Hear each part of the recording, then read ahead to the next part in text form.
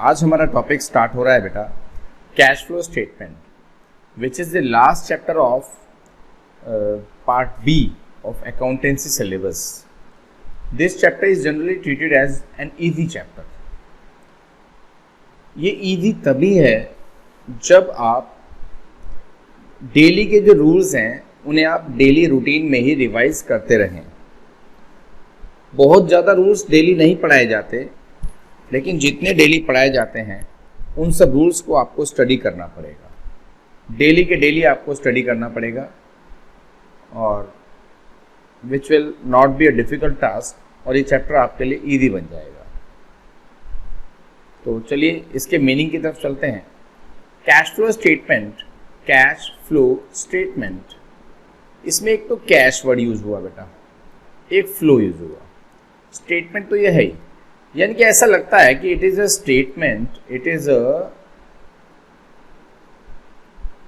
Statement which shows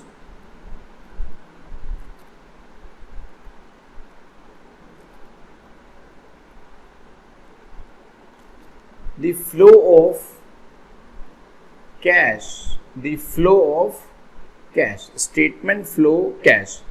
मैंने तीनों words use कर लिए इस एक सेंटेंस के अंदर, लेकिन इससे कंप्लीट मीनिंग कवर नहीं होता. हालांकि ये मीनिंग है, तो इसका कंप्लीट मीनिंग क्या बैठेगा? The statement which shows the flow of cash during an accounting year या accounting period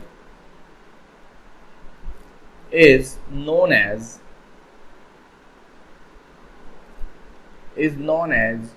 cash flow statement.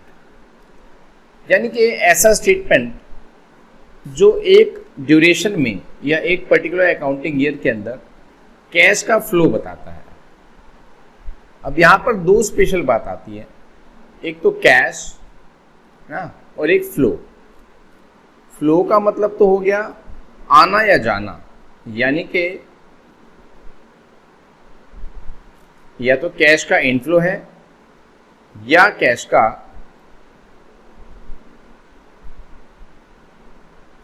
Outflow है. या तो पैसा आएगा या पैसा जाएगा, इस चीज को स्टडी करेगा कैश फ्लो स्टेटमेंट. और दूसरी तरफ it doesn't include cash only, ये सिर्फ कैश को इंक्लूड नहीं करता है, इसके अंदर कैश एंड कैश इक्विवेलेंट्स आता है. कैश और कैश जैसी चीजें, तो कैश और कैश इक्विवेलेंट में क्या इंक्लूड होता है? एक तो बेटा कैश इन हैंड, जितना पैसा आपके पास है,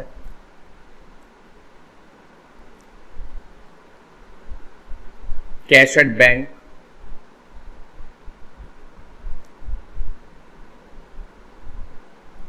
मार्केटेबल सिक्योरिटी,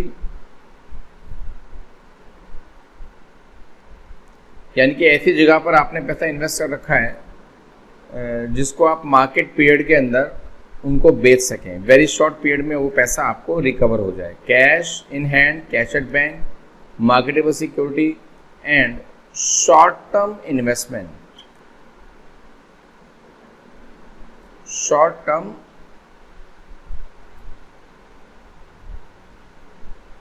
इन्वेस्टमेंट्स, ये कैश है, ये भी कैश है, ये बिल्कुल रेडिली कन्वर्टेबल इनटू कैश है, और ये मैक्सिमम 3 मंथ तक, मैक्सिमम 3 मंथ में ये कैश में कन्वर्ट हो जाता है. इनको बेच के हमें पैसा मिल जाता है. ठीक है, तो ऐसी सिक्योरिटीज भी कैश एंड कैश इक्विवेलेंट का पार्ट होती है. तो कैश एंड कैश इक्विवेलेंट का इनफ्लो या outflow during an accounting year is told by cash flow statement. Cash flow statement हमें बताता है कि during an accounting year cash and cash equivalents में कितना पैसा आया और कितना पैसा गया ड्यूरिंग एन अकाउंटिंग पीरियड. अब सर ये स्टेटमेंट हम क्यों पढ़ रहे हैं? क्या ये बनाना जरूरी है? जी हाँ, अकाउंटिंग स्टैंडर्ड 3 के according this statement is mandatory for the listed companies, यानी कि जो कंपनी अपने शेयर्स इशू करती है और उनके शेयर स्टॉक मार्केट में लिस्टेड हैं, तो उन कंपनियों को ये ये स्टेटमेंट बनाना कंपलसरी है। यानी कि वो क्या क्या बनाते हैं? वो बनाते हैं बैलेंस शीट, वो बनाते हैं statement of profit and loss, और उनको बनाना है स्टेटमेंट ऑफ कैश फ्लो, यानी कि कैश फ्लो स्टेटमेंट, और साथ में उनको बनाने पड़ते हैं notes to accounts. Notes to account क्या होता है? ये मैंडेटरी डिस्क्लोजर होता है, यानी कि बैलेंस शीट में, पीएल में या कैश फ्लो में आपने अगर किसी टर्म को यूज़ किया है और उस टर्म का एक्सप्लेनेशन नीडेड है, उस टर्म को एक्सप्लेन करना ज़रूरी लगता है इंटरेस्टेड यूजर्स को शो करने के लिए, उनकी डिसीजन मेकिंग के लिए, तो वो हम नोट्स टू अकाउंट में उन चीज़ों को शो करते हैं। तो ये स्टेटमेंट जो कंपलसरी स्टेटमेंट्स हैं, उनके अंदर एक स्टेटमेंट आता है कैश फ्लो स्टेटमेंट, जिसको बनाना हमारे लिए लगभग कंपलसरी है। अभी मैं इसके बेसिक कंसेप्ट पर ही रहूँगा, जब तक आपको बेस क्लियर नहीं होगा, इसका न्यूमेरिकल एस्पेक्ट अभी जल्दी से शुरू नहीं कर सकते। तो जो ईयर एंड हो चुका है, जो ईयर हमारा क्लोज हो चुका है, ये उस ईयर का स्टेटमेंट है। So cash flow statement is a historical statement, क्योंकि ये बीते हुए टाइम की बात कर रहा है। हिस्टोरिकल स्टेटमेंट, कुछ और लिखें इसके बारे में। It explains the reasons for the change in cash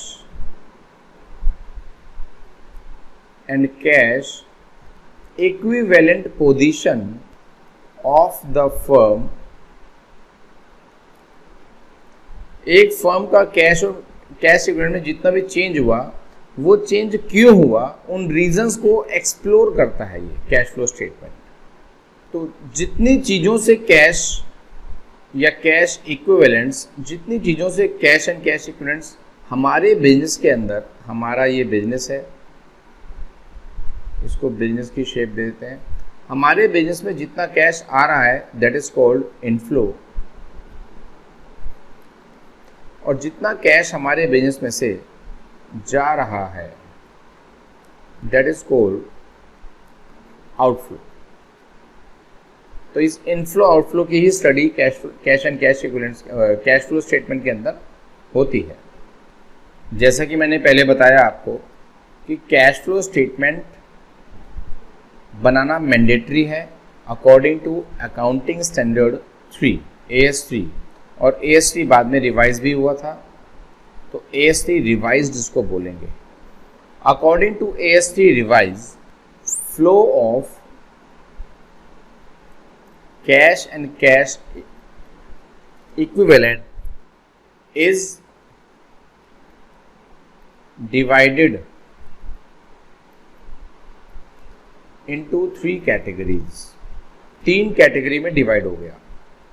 first category cash flow from operating activities,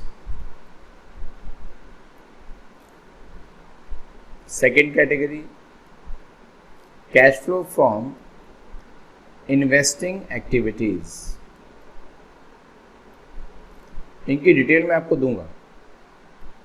cash flow from financing activities. इन 3 एक्टिविटीज में हम कैश फ्लो को स्टडी करेंगे। एक्चुअली बिजनेस की सारी एक्टिविटीज को कंबाइंडली स्टडी करना कुछ रिजल्ट्स, एक बेटर रिजल्ट्स नहीं दे पाएगा।